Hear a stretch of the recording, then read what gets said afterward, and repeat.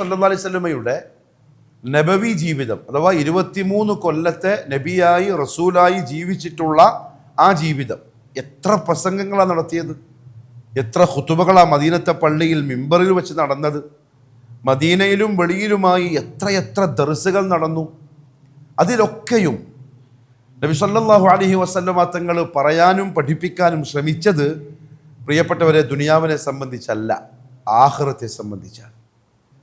ആഖിറത്തിന്റെ ബോധമുണ്ടാക്കുക, ആഖിറത്തിന്റെ വലുപ്പം മനസ്സിലാക്കുക, ആഖിറം എന്താണ് എന്നൊരു തിരിച്ചറിവുണ്ടാവുക, അതിനുവേണ്ടി ഒരുങ്ങുന്നവരാവുക, അതിൻ്റെ ഒരു ഗൗരവം കിട്ടിയവരായി ദുനിയാവിൽ ജീവിക്കുക, ഇത് മാത്രമേ ഇത് കാണാനുള്ളൂ. അതുകൊണ്ടല്ലേ പരിശുദ്ധ ഖുർആനിലും ഈമാനെ പറ്റി പറയുമ്പോഴെല്ലാം രണ്ട് കാര്യങ്ങളല്ലേ ചേർത്ത് പറയുന്നത്.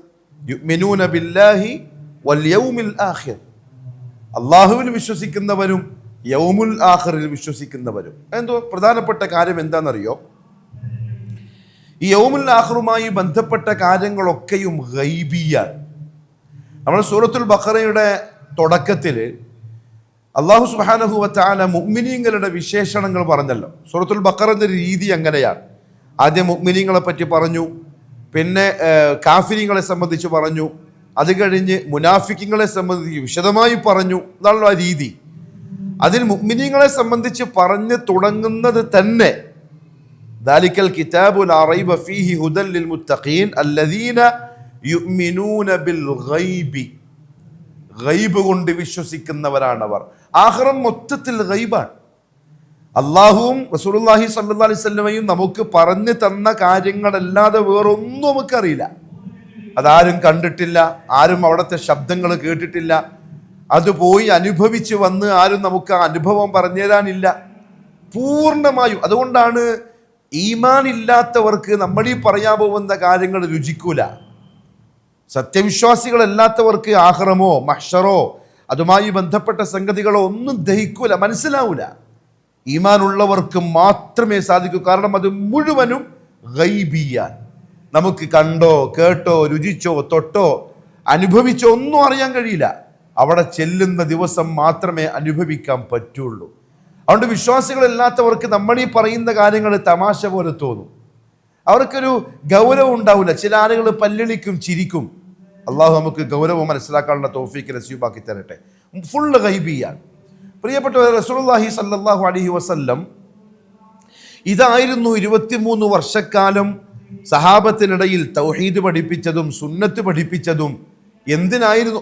ആഖിറം എന്ന വരാനിരിക്കുന്ന ഒരിക്കലും തീരാത്ത ജീവിതത്തിൽ ഇവര് വിജയിച്ചേ പറ്റൂ, അതിനു വേണ്ടിയിട്ടാണ്. വിജയിച്ചേ പറ്റൂ, അതിനു വേണ്ടി ഇവർ പണിയെടുത്തേ പറ്റൂ, അതിനെപ്പറ്റി ആലോചിച്ചേ പറ്റുള്ളൂ. പ്രിയപ്പെട്ടവരെ, നമ്മളും മഹ്ശറുമായി ബന്ധപ്പെട്ട് സംസാരിക്കുന്നത് കഥ കേൾക്കാനല്ല, അതല്ലെങ്കിൽ ഗൈബിയായ നബി സല്ലല്ലാഹു അലൈഹി വസല്ലം തങ്ങൾ പറഞ്ഞു തന്ന അത്ഭുതകരമായ അവസ്ഥകൾ, കാര്യങ്ങൾ, ആ ഘട്ടങ്ങൾ, അത് വെറുതെ ഒരു കഥ കേൾക്കുന്ന പോലെ അല്ലെങ്കിൽ കഥ പറയുന്ന പോലെ പറഞ്ഞ് അങ്ങനെ കേട്ടങ്ങനെ പോവാനല്ല. ഈ പറയുന്ന ഞാനും നിങ്ങളും ഒക്കെ ഒരു ദിവസം അവിടെ നിൽക്കേണ്ടവരാണ്, അവിടെ എത്തേണ്ടവരാണ്, അത് അനുഭവിക്കേണ്ടവരാണ്. ബോധത്തോടെ, ഉണർവോടെ, സ്വപ്നത്തിലല്ല, വെറുതെ ഒരു തോന്നിച്ചയിലല്ല, ഉണർവോടെ ഈ ശരീരത്തോടു കൂടി അനുഭവിക്കേണ്ടവരാണ്. അവിടെ രക്ഷപ്പെടാനുള്ള കാര്യങ്ങൾ ചെയ്യാൻ വേണ്ടിയിട്ടാണ്. നമ്മൾ ആദ്യം മനസ്സിലാക്കേണ്ട ഒരു കാര്യം എന്താ അറിയോ? റസൂലുള്ളാഹി സ്വല്ലല്ലാഹു അലൈഹി വസല്ലം തങ്ങളുടെ ഖുതുബയിൽ പറയാറുള്ള ഒരു കാര്യമുണ്ട്. തങ്ങൾ പറയും, അയ്യുഹന്നാസ്, ജനങ്ങളെ, ഇന്നക്കും ഫീ സമാനിൻ ഹുദ്ന, നിങ്ങൾ ഹുദ്നയുടെ കാലഘട്ടത്തിലാണ്. അതെന്താണ്? ഹദീസിന്റെ അവസാന ഭാഗത്ത് വരുന്നുണ്ട്. വഇന്ന സൈറ ബികും സരിയ, നിങ്ങളെയും കൊണ്ട് ഈ ദുനിയാവ് പോകുന്നത് വളരെ വേഗത്തിലാണ്, ഹൈ സ്പീഡിലാണ്. സഹാബത്തിന് ചിലപ്പം അത് മനസ്സിലായിക്കൊള്ളണമെന്നില്ല അന്ന് പറയുമ്പോൾ. പക്ഷെ ഇന്ന് ദുനിയാവിൻ്റെ ഈ സ്പീഡിലുള്ള പാച്ചൽ എന്താന്ന് പറഞ്ഞാൽ വിവരമുള്ളവർക്ക് പെട്ടെന്ന് മനസ്സിലാവും. എങ്ങനെയാ ദിവസങ്ങൾ കഴിയുന്നതും സമയം പോയിക്കൊണ്ടിരിക്കുന്നതും ആഴ്ചകൾ മാറുന്നതും വർഷങ്ങൾ കഴിയുന്നതും ഒന്ന് കഴിഞ്ഞ് ഉടനെ അടുത്തതായി. നിങ്ങളെയും കൊണ്ടുള്ള ദുനിയാവിൻ്റെ യാത്ര വളരെ സ്പീഡിലാണ്. മാത്രമല്ല, വഖദ് റഅയ്തുമുൽ ലൈല വന്നഹാർ, ഇത്ര സ്പീഡിൽ ദുനിയാവ് നിങ്ങളെയും കൊണ്ട് യാത്ര ചെയ്യുമ്പം മാറി മറയുന്ന രാവും പകലും നിങ്ങളെ ചിന്തിപ്പിച്ചിട്ടുണ്ടോ? രാത്രിയാവുന്നു, പകലാവുന്നു. രാവിലെ എഴുന്നേൽക്കുന്നു, നമ്മളെ തിരക്കിലേക്ക് അങ്ങ് പോകുന്നു. വൈകുന്നേരമാവുന്നു, തിരക്കുകളൊക്കെ കഴിഞ്ഞ് വീട്ടിൽ വരുന്നു, പിന്നെ വിശ്രമിക്കുന്നു, ഭക്ഷണം കഴിക്കുന്നു. നാൽക്കാലികൾക്ക് സമാണ്. ആ രീതി നാൽക്കാലികൾക്കും പക്ഷിപർവാദികൾക്കും സമാണ്. അവരും രാവിലെ എണീക്കും, രാവിലെ വീട്ടിൽ നിന്ന് ഇറങ്ങും. പ്രത്യേകിച്ച് ലക്ഷ്യങ്ങളൊന്നുമില്ല. എവിടെങ്കിലും റിസ്ക് ഉണ്ടാവും, അള്ളാഹു വെച്ചിട്ടുണ്ടാവും, അത് കഴിക്കും. വൈകുന്നേരം ആകുമ്പോൾ വയറ് നിറച്ച് വീട്ടിലേക്ക് മടങ്ങി വരും, രാത്രി വിശ്രമിക്കും. പിറ്റത്തെ രാവിലെയും അതേപോലെ പോവും. രാവും പകലും മനുഷ്യന്മാർക്ക് പ്രത്യേകതയുള്ളതാണ്. രാവും പകലും പക്ഷിപർവാദികൾക്കും ജീവജാലങ്ങൾക്കും അവരുടെ ഒരു ആദത്താണ്, പതിവാണ്. പക്ഷെ ബുദ്ധിയുള്ള അൽ ഇൻസാൻ, വിവരമുള്ള, വിവേകമുള്ള, ചിന്താശേഷിയുള്ള, കാര്യങ്ങളെ ഗൗരവത്തിൽ വേർതിരിച്ച് അറിയാൻ സാധിക്കുന്ന മനുഷ്യന്മാർക്ക് രാവും പകലും അത്ഭുതമാണ്. അതിങ്ങനെ മാറി മറിയുമ്പം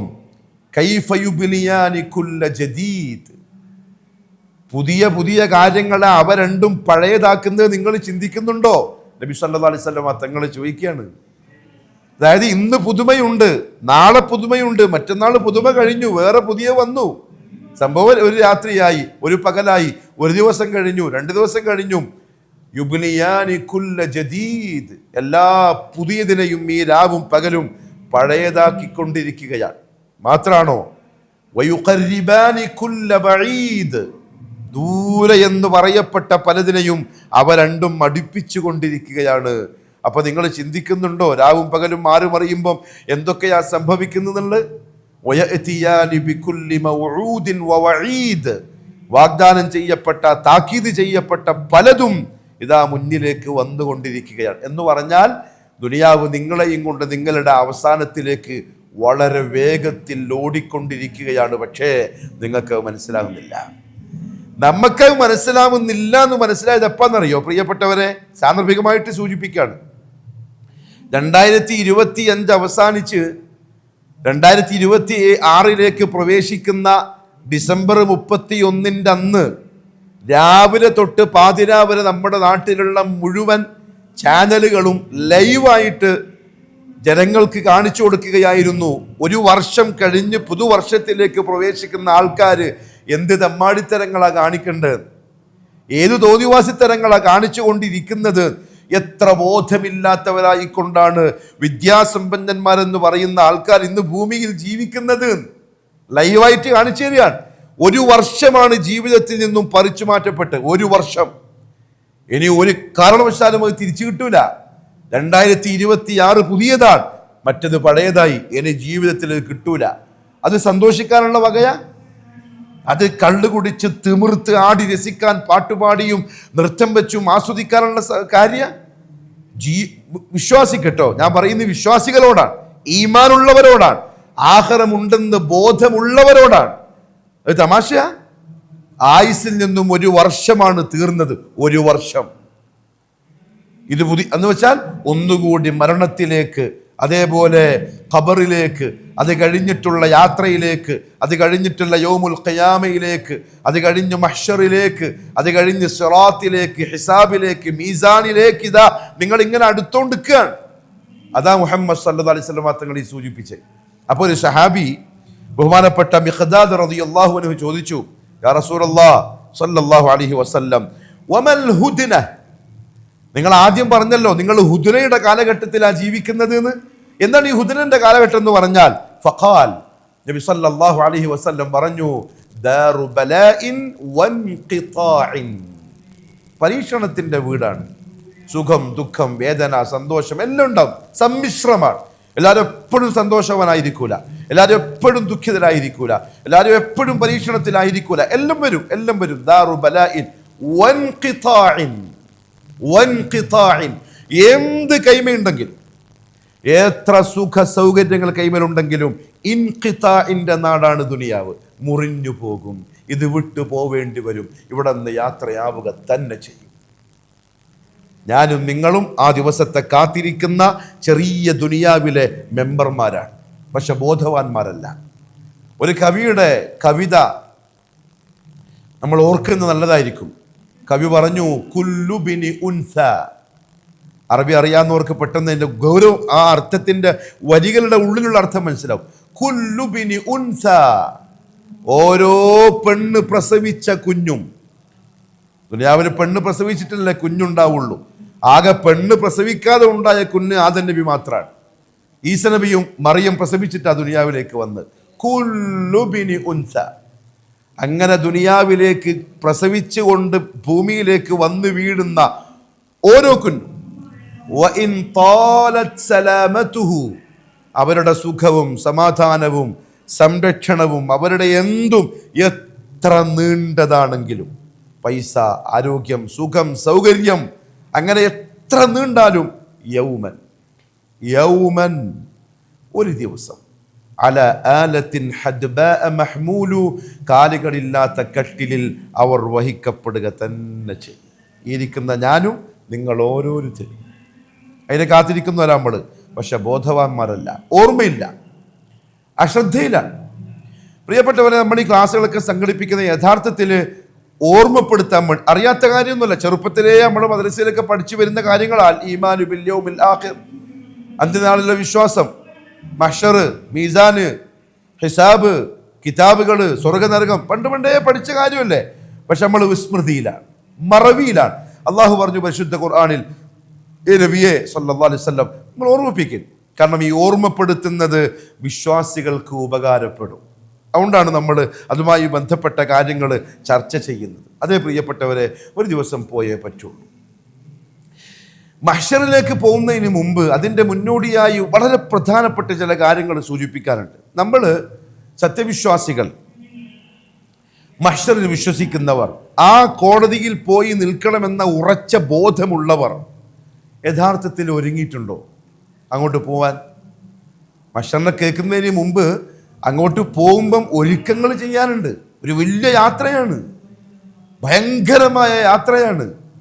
പോയി നിൽക്കുന്ന എത്തേണ്ട സ്ഥലം നല്ല സുഖമുള്ള സ്ഥലമല്ല, അത് ഇച്ചിരി പ്രയാസമുള്ള, ഇച്ചിരിയല്ല, ഒരു കട്ടിക്കടുത്ത പ്രയാസമുള്ളൊരു സ്ഥലത്താണ് പോയി നിൽക്കേണ്ടത്.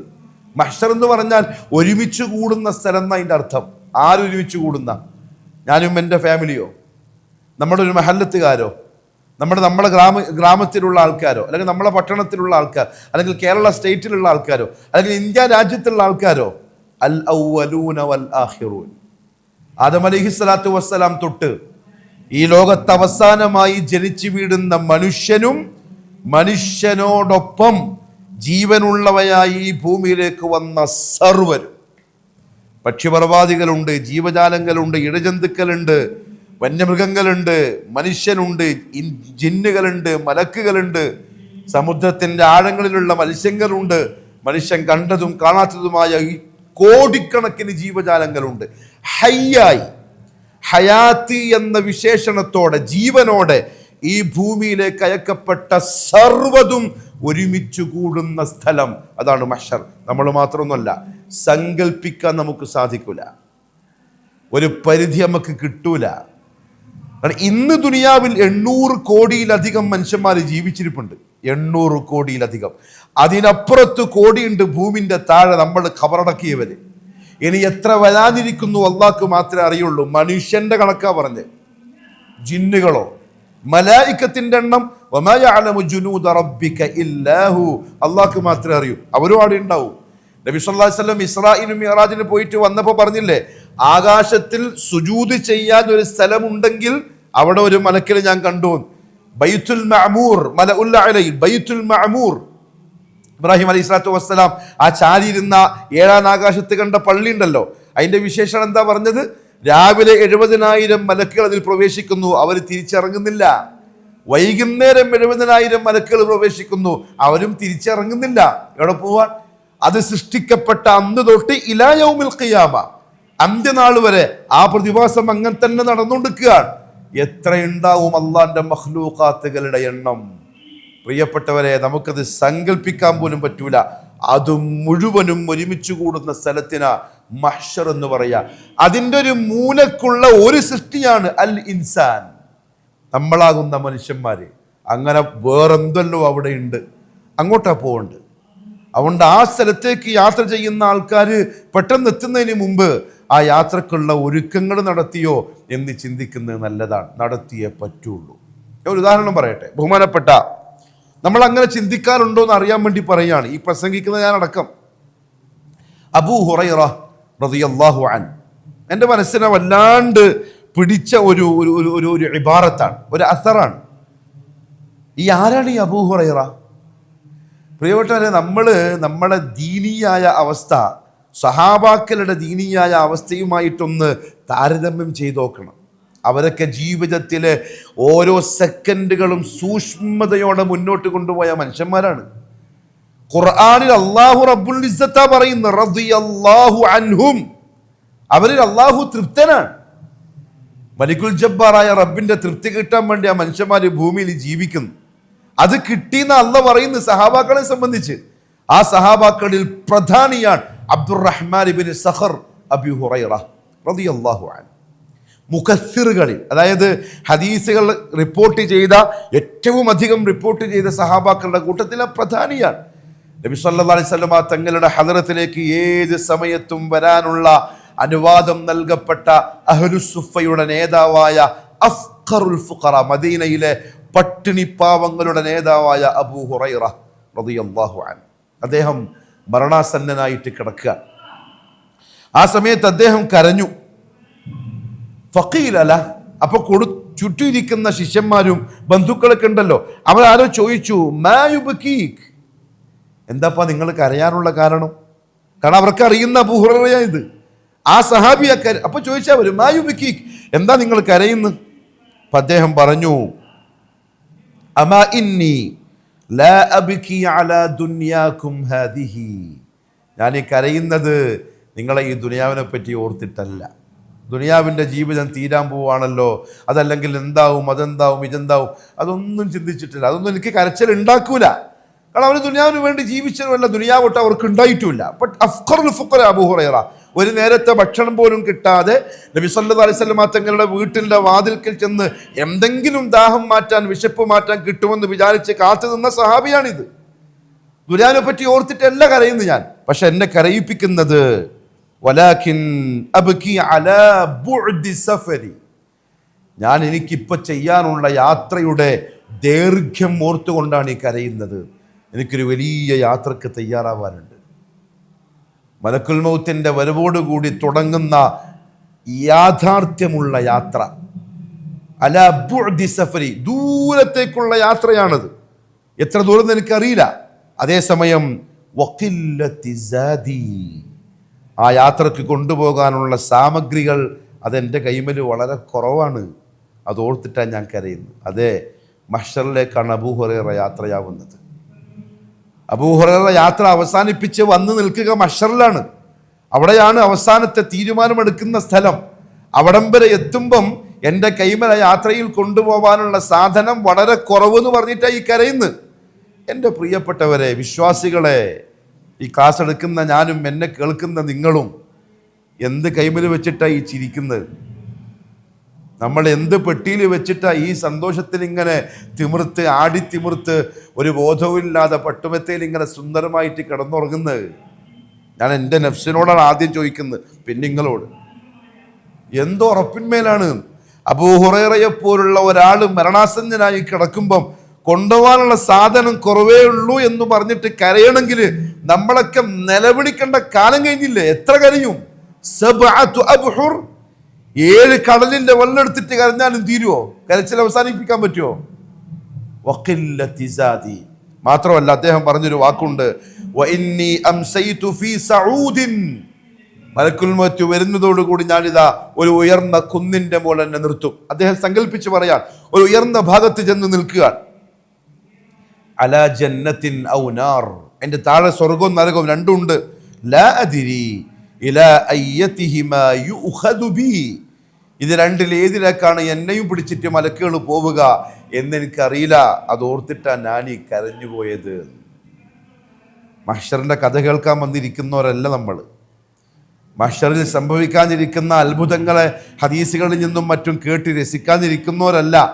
ആ മഹ്ശർ എന്ന് ഒരുമിച്ച് കൂടേണ്ട കോടതി ഉണ്ടല്ലോ, അങ്ങോട്ട് പോകുന്നതിന് മുമ്പ് പോകാനുള്ള സ്ഥലത്ത് നിന്ന് എന്തെങ്കിലും തയ്യാറാക്കിയിട്ടുണ്ടോ എന്നായിരിക്കണം ആദ്യത്തെ ചിന്ത.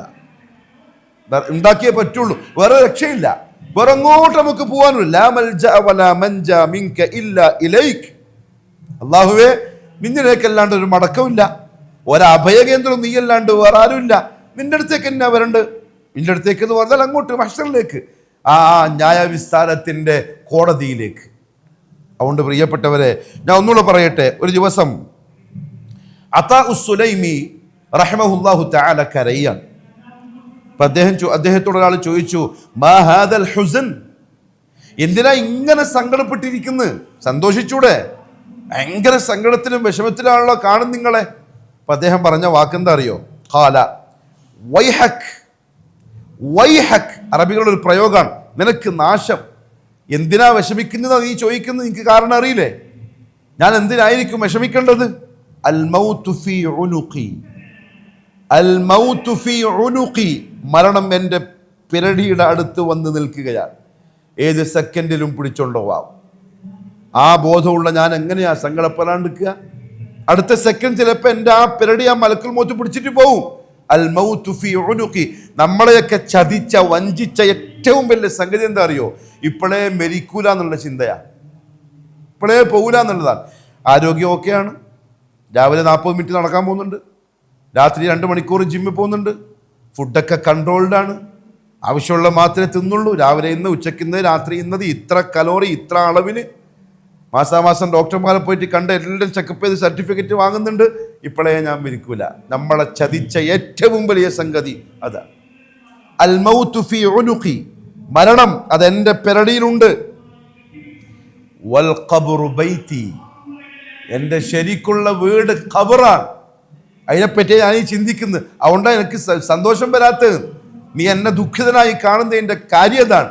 വൽ ഖബ്റു ബൈതി വഫിൽ ഖിയാമത്തി മൗഖിഫി, ഖിയാമത്ത് നാളിൽ മഹ്ശറിൽ ഞാൻ നിൽക്കാൻ വേണ്ടി പോവാണ്, കോടതിയിൽ ഹാജരാക്കപ്പെടാൻ പോവാണ്.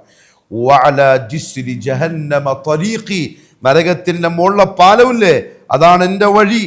ലാ അദ്രി മാ യുസ്നഉ ബി, അവിടെ മഹ്ശറിൽ ആ കോടതിയിൽ എന്നെപ്പറ്റി എന്തായിരിക്കും തീരുമാനിക്കുക, എന്നെ എങ്ങോട്ടായിരിക്കും പിടിച്ചു കൊണ്ടുപോവുക എന്നൊരു ഐഡിയ ഇല്ല. അത് ഓർത്തിട്ടാണ് ഞാൻ സങ്കടപ്പെടുന്നത്, ഞാൻ ദുഃഖിക്കുന്നത്. ഇതായിരുന്നു പ്രിയപ്പെട്ടവരെ മുൻഗാമികളുടെ രീതി. അതുകൊണ്ട് മഹ്ശറിനെ പറ്റി കേൾക്കുന്നതിന് മുമ്പ് ആദ്യം ചിന്തിക്കേണ്ട ആദ്യത്തെ കാര്യം, ആ കോടതിയിലേക്ക് പോവാൻ എന്തെങ്കിലും ഉണ്ടാക്കുന്നുണ്ടോന്നാണ്. അതിന് തയ്യാറാവണം, അതുണ്ടാക്കണം, അതിനുവേണ്ടി പ്രയത്നിക്കണം. എപ്പോ? ഇന്ന് ഈ സെക്കൻഡിൽ. അള്ളാഹു എനിക്കും നിങ്ങൾക്കും തൗഫീഖ് നസീബാക്കി തരട്ടെ. ശഅബാൻ മാസത്തിലാണ് നമ്മളുള്ളത്. ഷഹ്റു ശഅബാൻ, അടുത്ത മാസം റമദാൻ അള്ളാഹു എത്തിച്ചേട്ടെ. റമദാനാണ്, നല്ല സമയത്താണ് നമ്മൾ ഈ പറയുന്നത്.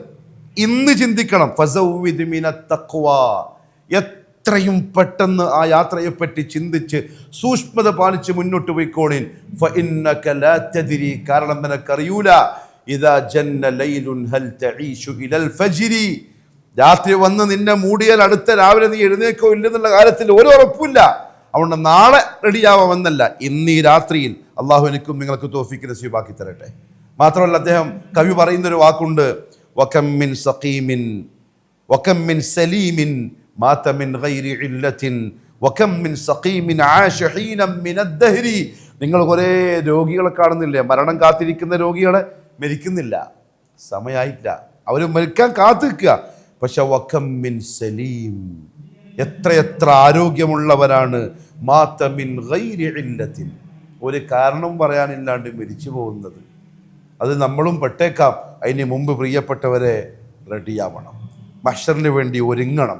ഇതൊരു തുടക്കമാണ്. ഇൻഷാ അല്ലാഹ് ബിഇദ്നില്ലാഹ് മഹ്ശറുമായി ബന്ധപ്പെട്ട ബാക്കി കാര്യങ്ങൾ അടുത്ത ക്ലാസ്സുകളിൽ നമ്മൾ പറയും.